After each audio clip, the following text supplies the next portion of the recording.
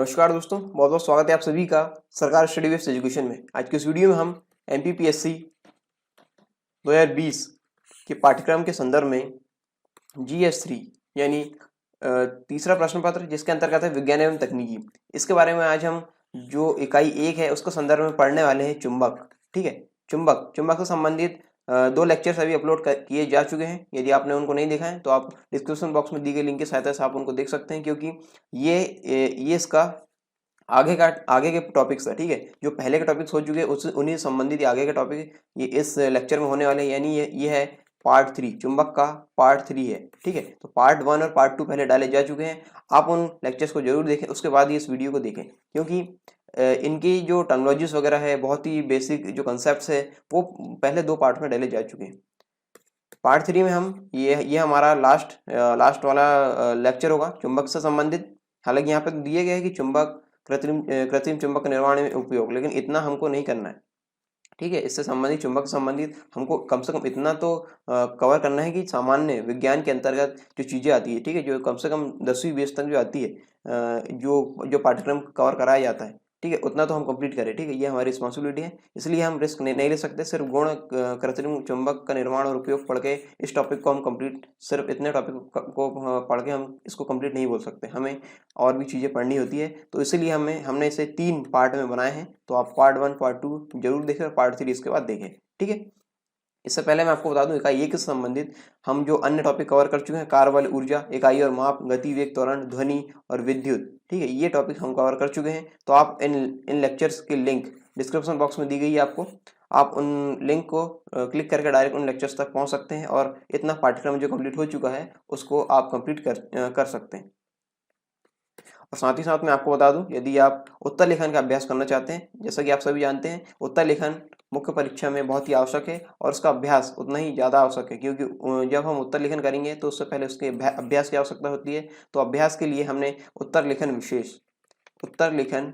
Wishes unit of SSW education, ये इस नाम का टेलीग्राम ग्रुप हमने बनाए हैं और इसमें रोजाना हम एक प्रश्न डालते हैं। ठीक है, एक प्रश्न डालते हैं, उसका उत्तर आपको लिखना होता है। जो पाठ्यक्रम से संबंधित जो भी विषय है, ठीक है, उससे संबंधित प्रश्न यहाँ पर डाले जाते हैं और आपको उस दिन उस प्रश्न का उत्तर दिया जाना होता है। ठीक है, लिखकर फोटो द्वारा सेंड किया जाना होता है। आप जो भी उत्तर कॉपी में लिखेंगे उसको फोटो लेकर आपको सेंड करना होता है टेलीग्राम ग्रुप में। फिर वहाँ पे हमारे द्वारा उसकी समीक्षा की जाती है, यानी आपका उत्तर जो है कितना अच्छा है, कितना खराब है, कितने उसमें सुधार की आवश्यकता है, और ये विभिन्न तरीके की जो बारीक जानकारी है वो हमारे द्वारा आपको दी जाती है। तो ये आपके लिए बहुत ही ज़्यादा इंपॉर्टेंट हो जाता है। यदि आप टेलीग्राम चैनल से नहीं जुड़े हैं और टेलीग्राम ग्रुप से भी नहीं जुड़े हैं तो आप डिस्क्रिप्शन बॉक्स में दी गई लिंक की सहायता से आसानी से उस टेलीग्राम चैनल और टेलीग्राम ग्रुप से जुड़ सकते हैं। ये आपके लिए बहुत ही ज़्यादा बेनिफिशियल होगा।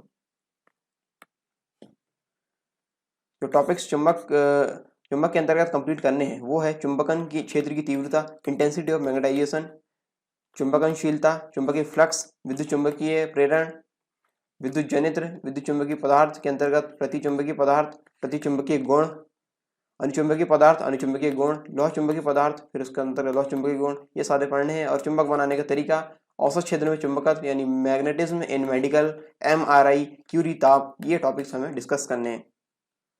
चुंबकन क्षेत्र की तीव्रता यानी इंटेंसिटी ऑफ मैग्नेटाइजेशन, जैसे कि हम सभी जानते हैं किसी पदार्थ को चुंबकीय क्षेत्र में रखा जाता है तो वह पदार्थ चुंबकित होने लगता है। ठीक है, जैसा कि हमने देखा था ना, चुंबकीय क्षेत्र में जब किसी पदार्थ को रखेंगे तो चुंबकित होने लगता है। अतः किसी पदार्थ को चुंबकीय क्षेत्र में रखकर अधिकतम कितना चुंबकित किया जा सकता है, किसी पदार्थ को जब चुंबकीय क्षेत्र में रखेंगे तो उसको अधिकतम कितना चुंबकित किया जा सकता है, उस सीमा को हम चुंबकन की तीव्रता कहते हैं। क्या कहेंगे? चुंबकन की तीव्रता। किस सीमा को? जब किसी पदार्थ को चुंबकीय क्षेत्र में रखकर अधिकतम कितना चुंबकित किया जा सकता है, उस अधिकतम सीमा को हम चुंबकन की तीव्रता कहेंगे।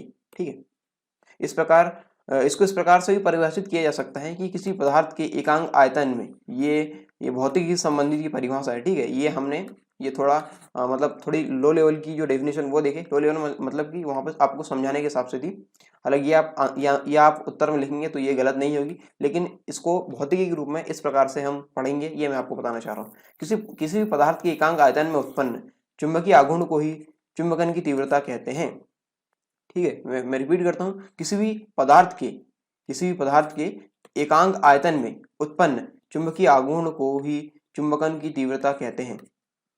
ठीक है, यहाँ पे देख लेते हैं, जैसे माना यहाँ पे चुंबक का आघूर्ण m है। ठीक है, चुंबक का आघूर्ण m है। आघूर्ण आपको पता है m बराबर होता है m इंटू 2l। ठीक है, आघूर्ण आप हम पढ़ चुके हैं पिछले टॉपिक्स में। तो यहाँ पे m होती है चुंबक प्रबलता प्रबलता ठीक है, प्रबलता होती है चुंबक की प्रबलता, और 2l होती है यहाँ पे लंबाई, प्रभावी लंबाई। ठीक है, प्रभावी लंबाई। तो इनके गुणनफल को हम जो किस रूप में जानते हैं, इसके गुणनफल को हम जानते हैं चुंबकीय आघूर्ण के रूप में। इसको कैपिटल M से दर्शाते हैं। तथा पदार्थ, यहाँ पे देखिए, तथा पदार्थ का आयतन V हो। ठीक है, चुंबक की आघूर्ण M हो तथा पदार्थ का आयतन V हो, तो इसकी परिभाषा से चुंबकन की तीव्रता बराबर हो जाएगी। चुंबकन की तीव्रता को हम दर्शाएंगे I से। यहाँ पे यदि I से दर्शाएंगे तो यहाँ पे चुंबकीय आघूर्ण बटे आयतन, यानी चुंबकीय आघूर्ण और उसका आयतन, ठीक, पदार्थ का आयतन को हम किससे परिभाषित करेंगे, हम चुंबकन की तीव्रता से परिभाषित करेंगे। यहाँ पे I बराबर हो जाएगा m/v। यहाँ पे m है क्या है, यहाँ पे m है चुंबकीय आघूर्ण और v है यहाँ पे पदार्थ का आयतन। ठीक है, इसका मात्रक हम देखते हैं, इसका मात्रक होता है एम्पियर मीटर होता है, तथा विमा होती है m0 LT-1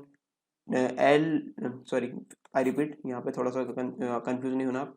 विमा होती है m0 L-1 T⁻0 a⁻1 होती है। यह एक सदिश राशि भी है, चुंबकन क्षेत्र की तीव्रता। ठीक है, चुंबकनशीलता परमिएबिलिटी ये क्या होती है, जब किसी पदार्थ को चुंबकीय क्षेत्र में रखते हैं, किसी पदार्थ को चुंबकीय क्षेत्र में रखेंगे तब वह पदार्थ चुंबकित हो जाता है, तथा उस पदार्थ में, जब किसी पदार्थ को चुंबकीय क्षेत्र में रखेंगे तो वह पदार्थ चुंबकित हो जाता है, तथा उस पदार्थ में वायु के सापेक्ष अधिक चुंबकीय बल रेखाएं गुजरती है। आया समझ में? नहीं आया? चलो इसको एकदम साधारण भाषा में समझते हैं। ये तो फिजिक्स की लैंग्वेज थी, अब हम आपको समझाने के लिए बताते हैं। पदार्थ का वह गुण जिससे उसके भीतर चुंबकीय बल रेखाओं की सघनता घटती है या बढ़ती है। पदार्थ का वह गुण जिसके कारण, जिससे उसके भीतर चुंबकीय बल रेखाओं की सघनता, जैसे ये देखिए यहाँ पे चुंबकीय ये है, यहाँ पे इसके भीतर जो होगी, ठीक है, चुंबकीय बल रेखाओं की सघनता बढ़ेगी या घटेगी। सघनता मतलब उसमें जितनी मतलब सघन होगी, सघन मतलब जितनी डेंस होगी, सघन मतलब जितनी ज़्यादा मात्रा में होगी, वो या तो बढ़ेगी या घटती है, तो इसको हम बोलते हैं चुंबकशीलता। चुंबकशीलता इसको कहेंगे। ठीक है, फिर से मैं रिपीट करता हूँ। पदार्थ का वह गुण जिससे उसके भीतर चुंबकीय बल रेखाओं की सघनता, चुंबकीय बल रेखाओं की सघनता बढ़ती या घटती है, उसे चुंबकनशीलता कहते हैं। इसे म्यू ठीक है, म्यू से दर्शाते हैं। ठीक, ऐसे दर्शाते हैं, म्यू से प्रदर्शित करते हैं। इसका मात्रक हेनरी प्रति मीटर होता है, हेनरी प्रति मीटर। चुंबकीय फ्लक्स, मैग्नेटिक फ्लक्स इंग्लिश में से बोलते हैं, मैग्नेटिक फ्लक्स। ये क्या होता है देखते हैं। एक समान चुंबकीय क्षेत्र में स्थित किसी तल, ये कोई तल है, ठीक है, एक समान चुंबकीय क्षेत्र में स्थित है, किसी तल के अभिलंबवत गुजरने वाली संपूर्ण चुंबकीय बल रेखाओं की संख्या। ठीक है, ये इसके अभिलंबवत गुजरने वाली संपूर्ण बल रेखाओं की संख्या। ठीक है, फिर से मैं रिपीट करता हूँ। एक समान चुंबकीय क्षेत्र में स्थित, एक समान चुंबकीय क्षेत्र है, ये इसमें स्थित एक तल है, इसके अभिलंबवत गुजरने वाली संपूर्ण चुंबकीय बल रेखाओं की संख्या। ये चुंबकीय बल रेखाएं हैं, चुंबकीय बल रेखाएं। ठीक है, इनकी संख्या को उस तल से संबद्ध चुंबकीय फ्लक्स कहते हैं। इनकी संख्या को, चुंबकीय बल रेखाओं की संख्या को उस तल से संबद्ध चुंबकीय फ्लक्स कहते हैं। ठीक है, इसको हम φb से दर्शाते हैं, φb।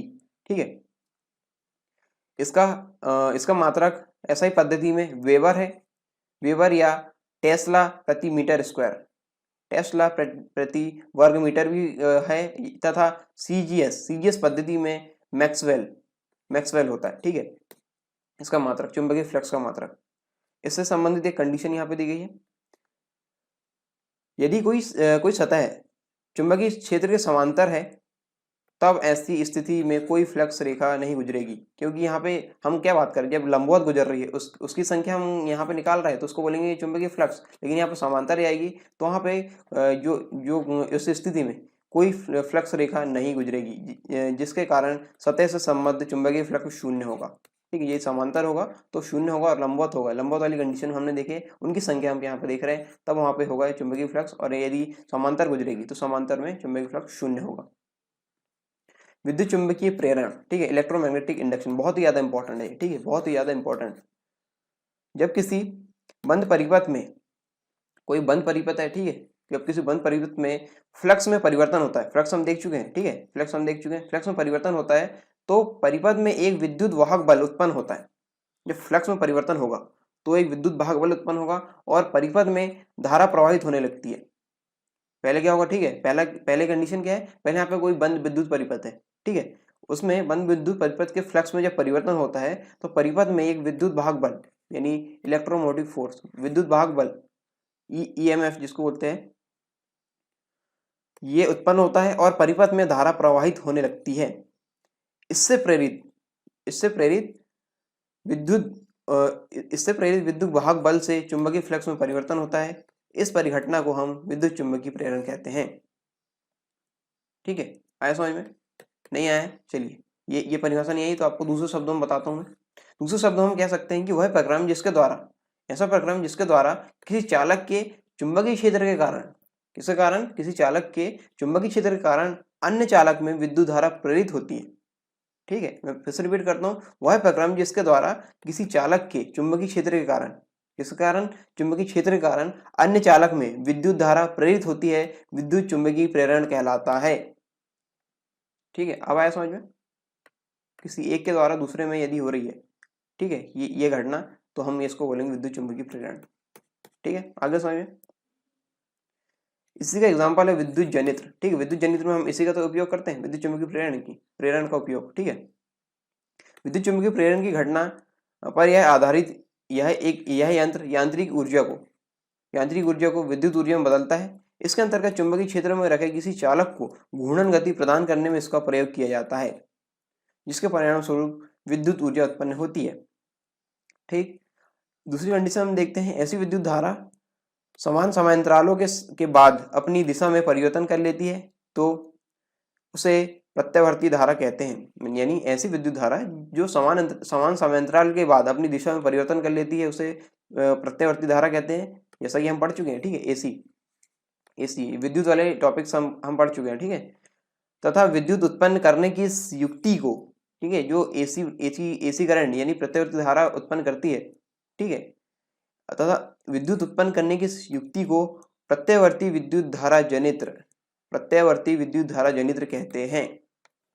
ठीक है, विद्युत जनित्र से संबंधित जो कार्यविधि है और जो उसका मूल सिद्धांत वो हम देखते हैं। यहाँ पे इसका चित्र दिया गया है विद्युत जनित्र का, इस प्रकार से सेट होता है।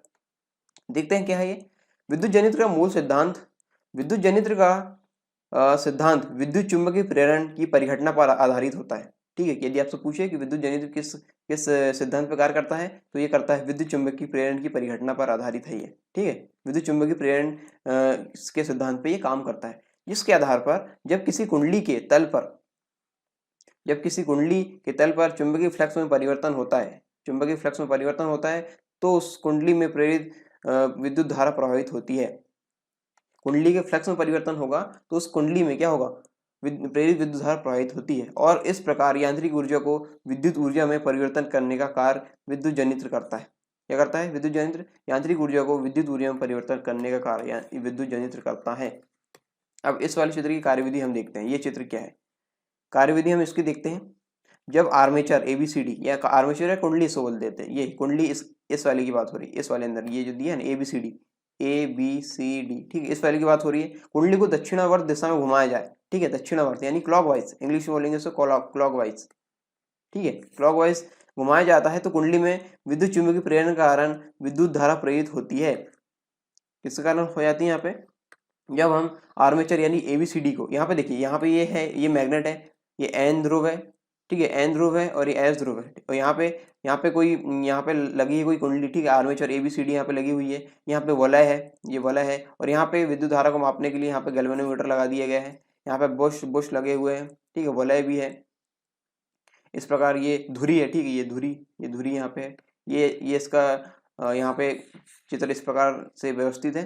तो यहाँ पे देखो, जब आर्मेचर यानी ABCD को दक्षिणावर्त दिशा में यानी क्लॉकवाइज घुमाया जाता है तो कुंडली में, क्लॉकवाइज मतलब इस वाले फॉर्म में, ठीक है, ये ऐसी घूमेगी, ऐसी इस वाले फॉर्म में, ठीक है। तो घुमाया जाता है तो कुंडली में विद्युत चुंबकीय प्रेरण के कारण विद्युत धारा प्रेरित हो जाती है। इसका कारण हो जाती है विद्युत चुंबकीय प्रेरण के कारण विद्युत धारा प्रेरित हो जाती है। इस धारा की दिशा फ्लेमिंग के दाएं हाथ के नियम से ज्ञात की जाती है। फ्लेमिंग के दाएं हाथ के नियम, आपको याद है फ्लेमिंग के दाएं हाथ का नियम, मैंने पढ़ा है फ्लेमिंग के दाएं हाथ का नियम, ठीक है। फ्लेमिंग के दाएं, यदि आपको अभी याद नहीं आया तो आप उसको रिवाइज कर लीजिए, ठीक है, क्योंकि आप यदि यहाँ पे आपको समझना है ये, तो आपको फ्लेमिंग का नियम पता होना चाहिए। फ्लेमिंग का नियम आप पिछले जो टॉपिक्स हम कवर कर चुके हैं वहाँ से जाके रिवाइज कीजिए, मैं यहाँ पे नहीं बताऊंगा। इससे क्या होगा, आपका रिटेंशन बढ़ेगा। यदि आप खुद से अभी यहाँ वहाँ पे जाके देखेंगे तो आपका रिटेंशन बढ़ेगा, ठीक है। मैं यहाँ पे बता दूंगा तो आप सुन लेंगे और चले जाएंगे। यदि आपने अभी तक याद रखा है उसको उस कंसेप्ट को समझा है तो आपको ये आसानी समझ में आएगा। लेकिन यदि आप भूल गए तो उस कंसेप्ट को देखिए, इससे दो फायदे होंगे, आपको रिवीजन भी हो जाएगा और ये जो कंसेप्ट है, ये कार्यविधि इसकी विद्युत जनित की, वो भी समझ में आ जाएगी, ठीक है। ये जब हम डॉट कनेक्ट करते हैं तो हमारी जो मेमोरी है वो ज़्यादा शार्प होती है और ज़्यादा मजबूत होती है, ठीक है। इस कारण मैं आपको यहाँ पे इसका नियम नहीं बता रहा हूँ, ठीक है। हाँ, आपको हिंट दे सकता हूँ, ठीक है। यहाँ पे जब हम विद्युत धारा प्रवाहित करते थे तो वहाँ पे कुछ इस फॉर्म में वहाँ पे नहीं, रहने दीजिए, यहाँ तो पूरा ही बता दूंगा मैं चलिए आप जाके देखिए। मेरा उद्देश्य ये है कि आपको वहाँ पे रिवाइज कराना है, ठीक है। देख लेना जरूर, छोड़ना नहीं है ना। चलिए अब पढ़ते हैं चुंबकीय पदार्थ, मैग्नेटिक सब्सटेंस हम पढ़ते हैं। क्या होता है मैग्नेटिक सब्सटेंस?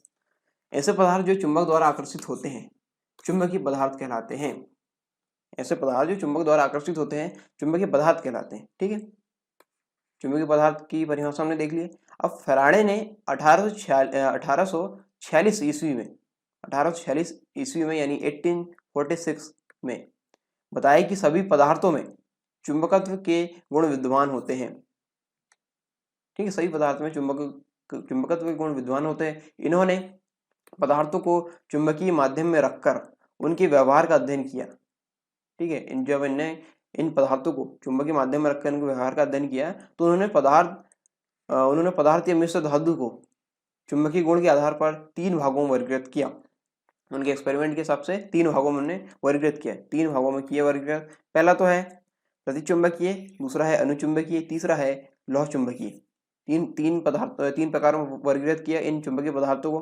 पहला है प्रतिचुंबकीय पदार्थ, दूसरा है अनुचुंबकीय पदार्थ, तीसरा है लौह चुंबकीय पदार्थ। इन सब के बारे में एक एक करके हम देखते हैं, ठीक है। तो यहाँ पे प्रतिचुंबकीय पदार्थ यानी डायमैग्नेटिक सब्सटेंस, ये क्या होते हैं? ऐसे पदार्थ जो चुंबकीय क्षेत्र में रखे जाने पर क्षेत्र की विपरीत दिशा में या कम चुंबकीय क्षेत्र की ओर चुंबकित हो जाते हैं, ठीक है। चुंबकीय क्षेत्र में यदि हम रखेंगे तो यहाँ पे क्षेत्र की विपरीत दिशा में या कम चुंबकीय क्षेत्र में कम चुंबकीय क्षेत्र की ओर चुंबकित हो जाते हैं या चुंबक के निकट लाए जाने पर प्रतिकर्षित होते हैं। चुंबक के पास लाते हैं तो वो प्रतिकर्षित होते हैं, प्रतिचुंबकीय पदार्थ कहलाते हैं, ठीक है। अर्थात इसका मतलब क्या, अर्थात इनकी उपस्थिति से चुंबकीय क्षेत्र का प्रभाव कम हो जाता है। इनकी उपस्थिति से चुंबकीय क्षेत्र का प्रभाव कम हो जाता है। इस प्रवृत्ति को हम प्रतिचुंबकत्व, इस प्रवृत्ति को क्या बोलेंगे? प्रतिचुंबकत्व कहेंगे। प्रतिचुंबकत्व यानी डायमैग्नेटिज्म से कहेंगे, ठीक है। आ रहा समझ में? अब इसका एग्जाम्पल क्या है? इसका एग्जाम्पल है चांदी यानी Ag, सिल्वर, जस्ता, जिंक, सोना Au, जल H2O, NaCl, नमक, हीरा यहाँ पे कार्बन का अपर रूप है तो यहाँ पे C से दर्शाया गया है, विस्मित, नाइट्रोजन, हाइड्रोजन, पारा, ठीक है। ये इसके एग्जाम्पल है प्रतिचुंबकीय पदार्थ के। प्रतिचुंबकीय गुण क्या होते हैं, ठीक है, डायमैग्नेटिक प्रॉपर्टीज, ये देखते हैं। ऐसे पदार्थ असमान चुंबकीय क्षेत्र में कम तीव्रता वाले भाग की ओर आकर्षित होते हैं, ठीक है। ऐसे पदार्थ असमान चुंबकीय क्षेत्र में कम तीव्रता वाले भाग की ओर आकर्षित होते हैं। प्रतिचुंबकीय पदार्थ की चुंबकीय प्रवृत्ति ताप पर निर्भर नहीं करती है। जो भी प्रतिचुंबकीय पदार्थ होते हैं उनकी चुंबकीय प्रवृत्ति ताप पर डिपेंड नहीं करती है, ताप पर निर्भर नहीं करती है, इसलिए वह कम तथा ऋणात्मक होती है। चुंबकीय बल रेखाओं में ये कण वायु की अपेक्षा दूर रहते हैं। चुंबकीय बल रेखाओं में ये कण किसकी अपेक्षा? कण वायु की अपेक्षा दूर रहते हैं, जो चुंबकीय गुण, इसके चुंबकीय गुण ये होते हैं, ठीक है, जो चुंबकीय पदार्थ दर्शाते हैं। अनुचुंबकीय पदार्थ हम देखते हैं, यानी पैरामैग्नेटिक सब्सटेंस, ऐसे पदार्थ जो चुंबकीय क्षेत्र में रखे जाने पर क्षेत्र की दिशा में या अत्यधिक चुंबकीय क्षेत्र की ओर आंशिक रूप से या पूर्ण रूप से चुंबकित हो जाते हैं। क्या क्या हो जाते हैं, फिर से रिपीट करता हूँ, ऐसे पदार्थ जो चुंबकीय क्षेत्र में रखने पर क्षेत्र की दिशा में या अधिक चुंबकीय क्षेत्र की ओर आंशिक रूप से या पूर्ण रूप से चुंबकित हो जाते हैं, चुंबक के समीप लाए जाने पर आकर्षित होते हैं, अनुचुंबकीय पदार्थ कहलाते हैं। ठीक है, अनुचुंबकीय पदार्थ कहलाते हैं। आगे समझ में, इस प्रवृत्ति को अनुचुंबकत्व यानी पैरामैग्नेटिज्म कहते हैं। ये जो प्रवृत्ति रहेगी उसको क्या बोलेंगे, अनुचुंबकत्व यानी पैरामैग्नेटिज्म।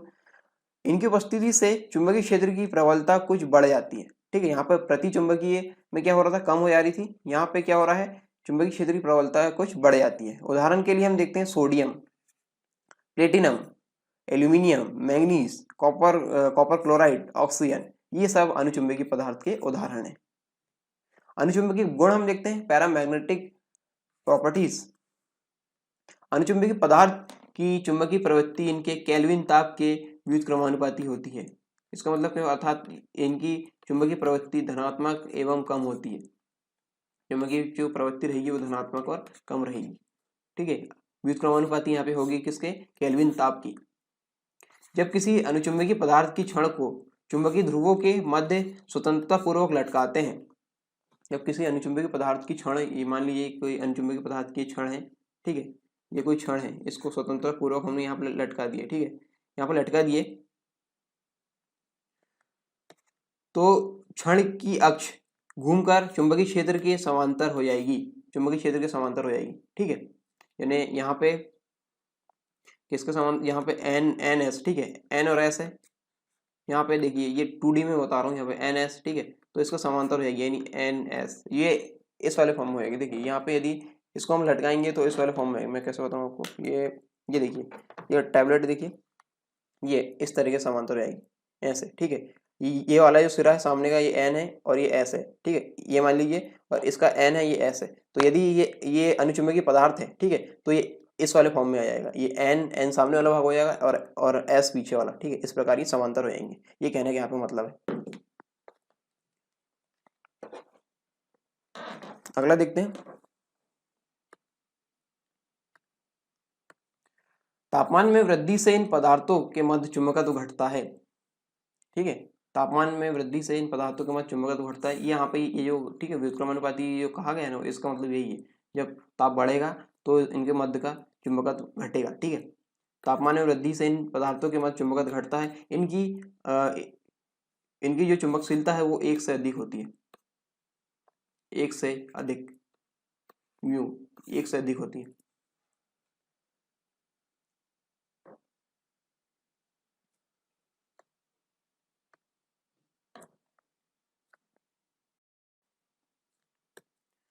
तापमान में वृद्धि से इन पदार्थों के मध्य चुंबकत्व घटता है। तापमान में वृद्धि होगी, इन पदार्थों के मध्य चुंबकत्व घटेगा। यहाँ पे ये देखिए, व्युत्क्रमानुपाती जो कहा गया था ना, उस संबंधित ये है। यदि तापमान में वृद्धि होगी यानी केल्विन ताप में यहाँ पे वृद्धि होगी, ठीक है, तो यहाँ पे इनके मध्य चुंबकत्व होगा वो कम होगा।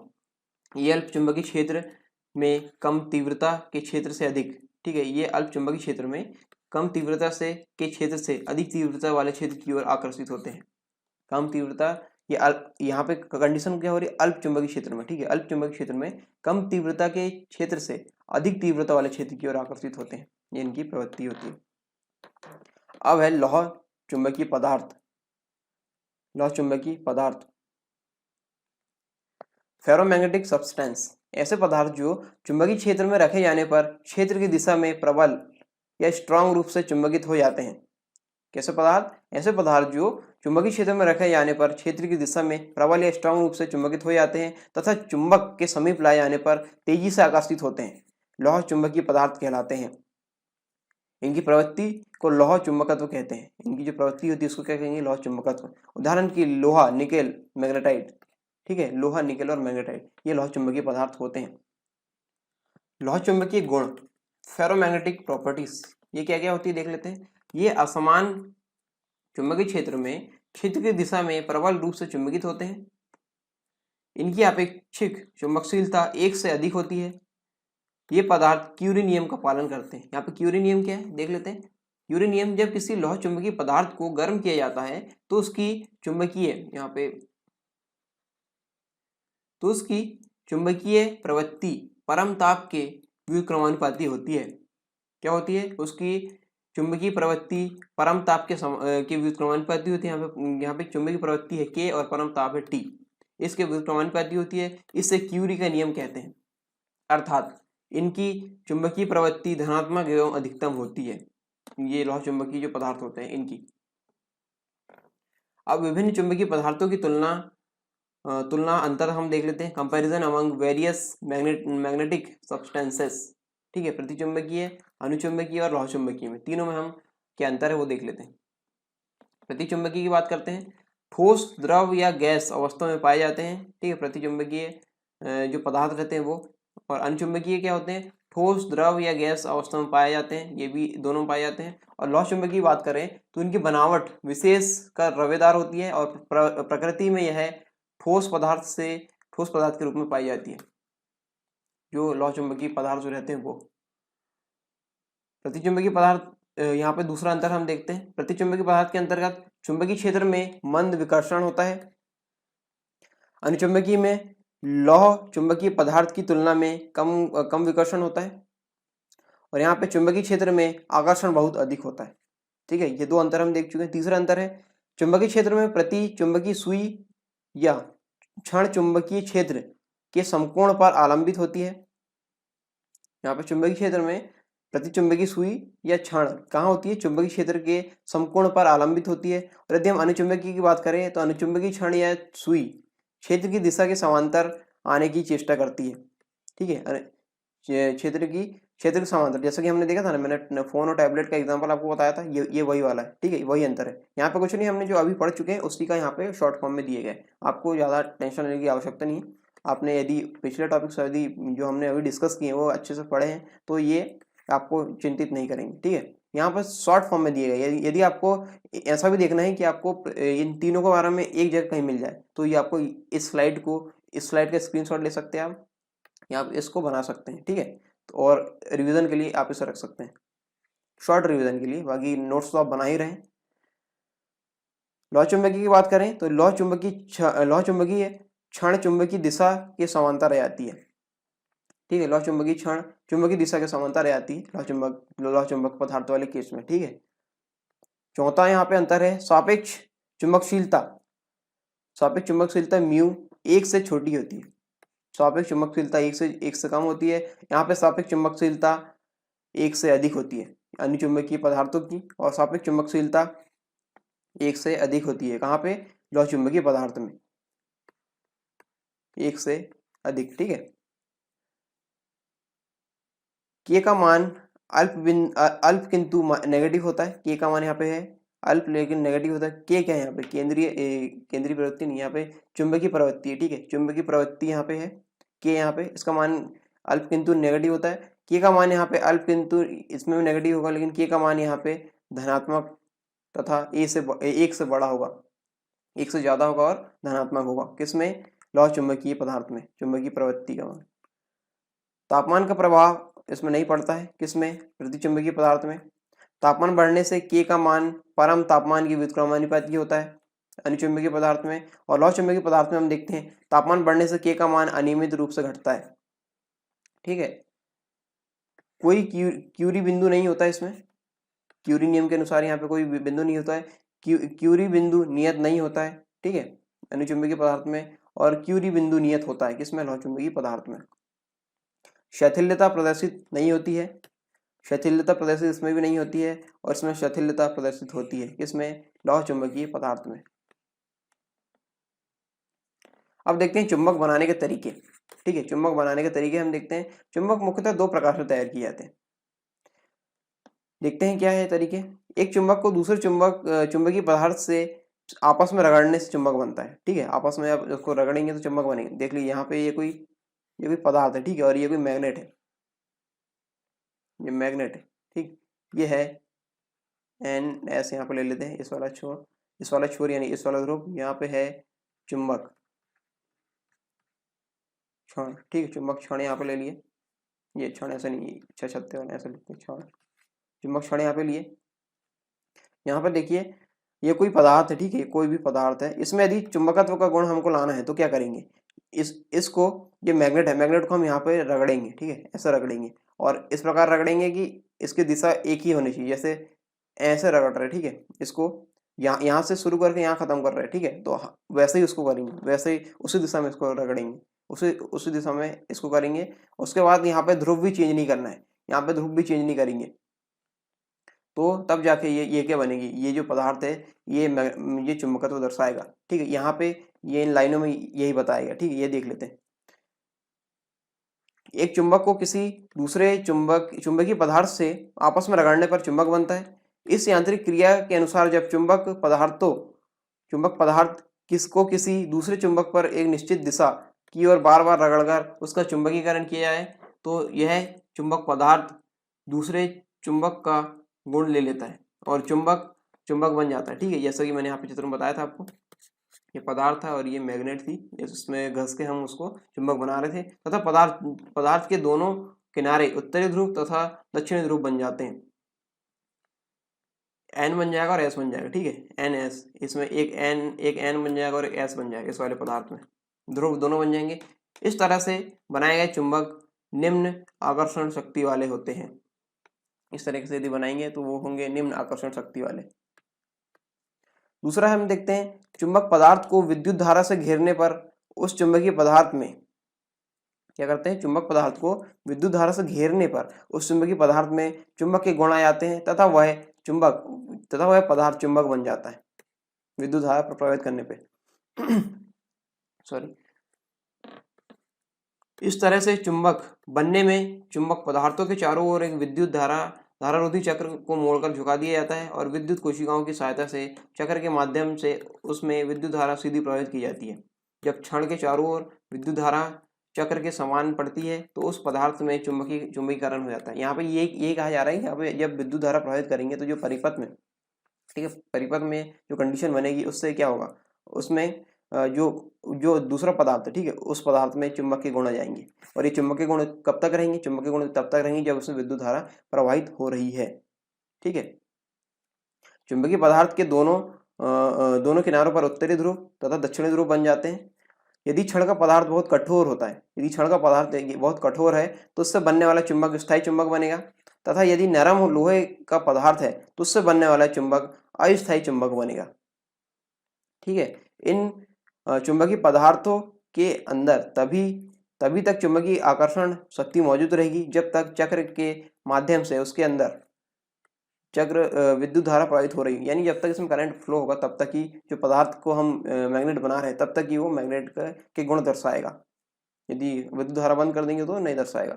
इसी तरह बनाई गई नर्म लोहे, इसी तरह जब हम बनाते क्या, नर्म लोहे के यू आकृति के क्षण का बिजली द्वारा चुंबकीकरण किया जाए तो इसकी चुंबकीय आकर्षण शक्ति अत्यधिक बढ़ जाती है, यू वाले जो आकृति रहती है इसमें। और इस चुंबक का प्रयोग हम किसके लिए करते हैं, क्रेन में करते हैं, ठीक है, क्रेन में हम करते हैं, ठीक है, क्रेन में हम करते हैं किसका उपयोग, जब हम नरम लोहे के यू आकृति के क्षण को हम इस वाली विधि से यानी विद्युत धारा प्रवाहित करके जब हम इसमें चुंबकत्व का गुण लाते हैं तब। एक और चीज है, देखो, एक तो हम बना रहे हैं, एक घस के बना रहे हैं और एक विद्युत धारा प्रवाहित करके बना रहे हैं, और एक ये है, ये विघटन से भी बनती है, ठीक है। विघटन से बनेगी कैसे, जब एक बड़े चुंबक को टुकड़े में तोड़ दिया जाता है तो वह टूट कर दो चुंबक में बदल जाता है, ठीक है। ये कोई बड़ा चुंबक है, इसको तोड़ दिए तो ये दो टुकड़ों में विभाजित हो जाएगा, लेकिन दोनों टुकड़ों की शक्तियां समान रहती है, ठीक है। प्रत्येक टुकड़े में उत्तरी तथा दक्षिणी ध्रुव होते हैं। ये एन एस यहाँ पे मान लीजिए, ठीक है, ये एन एस है तो यहाँ पे एन एस रहेगा, ये एन एस रहेगा, ये टूटे वाले की बात हो रही है, ठीक है। यदि प्रत्येक टुकड़ों को तोड़कर छोटा कर दिया है तो इन टुकड़ों में भी उत्तरी तथा दक्षिणी ध्रुव बना रहेगा। यह भी सत्य है कि सभी चुंबकों में उत्तरी तथा दक्षिणी ध्रुव साथ साथ पाए जाते हैं। कहने का अर्थ यह है कि किसी भी चुंबक में ऐसा नहीं पाया जाता कि किसी एक चुंबक में एक ही ध्रुव हो, एक ध्रुव कभी नहीं हो। जब टूट रहा है तो टूटने के बाद भी ये दोनों ध्रुव उसमें आएंगे, ठीक है। दोनों ध्रुवों और ना ही किसी चुंबक में एक ध्रुव की शक्ति पाई जाती है। एक ध्रुव की शक्ति किसी चुंबक में नहीं पाई जाती। इसका तात्पर्य यह है कि सभी चुंबकों में उत्तरी ध्रुव जरूर पाया जाता है, उत्तरी तथा दक्षिणी ध्रुव जरूर पाया जाता है। इस प्रकार प्रत्येक चुंबक में कोई ध्रुव अकेला नहीं रहता। प्रत्येक चुंबक का प्रत्येक अणु एक छोटे से चुंबक का कार्य करता है। ठीक है, छोटे से छोटा जो भी कण रहेगा या अणु रहेगा वो चुंबक का कार्य करेगा। ठीक है, ये दो प्रकार से बनाई जाती है। और यहाँ पर टूटने वाली कंडीशन यहाँ पे बताई गई। ठीक है, टूटने वाली कंडीशन विघटन में किस प्रकार ये बनती है। ठीक है, ये यहाँ पे बताया गया। अब देखते हैं औसत क्षेत्र में चुंबकत्व यानी मैग्नेटिज्म एंड मेडिकल। औषधि में यानी औसत में, मेडिकल में किस तरीके से इसका यूज करते हैं हम। विद्युत धारा हमेशा चुंबकीय क्षेत्र उत्पन्न करती है, यहाँ तक कि हमारे शरीर की तंत्रिका संबंधी कोशिकाओं के अनुदिश गमन करने वाली दुर्बल आयन यानी धनायन या ऋणायन धाराएं भी चुंबकीय क्षेत्र उत्पन्न करती है। जब हम किसी वस्तु को स्पर्श करते हैं तो हमारी तंत्रिकाएं एक निश्चित मात्रा में विद्युत आवेग का उस पेशी तक वहन कर सकती है जिनका प्रयोग हमको करना है। तीसरा है, यह आवेग चुंबकीय क्षेत्र उत्पन्न करता है। ये चुंबकीय क्षेत्र अत्यंत दुर्बल होते हैं जो पृथ्वी के चुंबकीय क्षेत्र के 1 अरबवें भाग के बराबर होते हैं। चौथा यहाँ पे यूज है, मानव शरीर के 2 अंगों नामतः हृदय और मस्तिष्क से चुंबकीय क्षेत्र उत्पन्न होता है जो शरीर के विभिन्न भागों की छवियां बनाने में सहायता करता है। इस प्रकार की विशिष्ट तकनीक को ही हम चुंबकीय अनुनाद प्रतिबिंबन यानी मैग्नेटिक रेजोनेंस इमेजिंग यानी MRI, जो MRI होता है ना, इसी को बोलते हैं MRI, इसी को बोलते हैं। ठीक है, जो शरीर के आंतरिक भागों में चिकित्सीय निदान में उपयोगी सहायक होता है। चिकित्सीय निदान में उपयोगी सहायक होगा MRI के केस में। ठीक है, तो हम औसत क्षेत्र में यहाँ पे चुंबकत्व को हम देखें।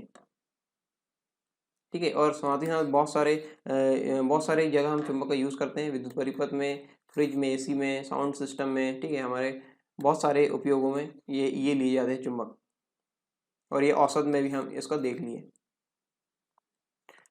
क्यूरी ताप क्या होता है?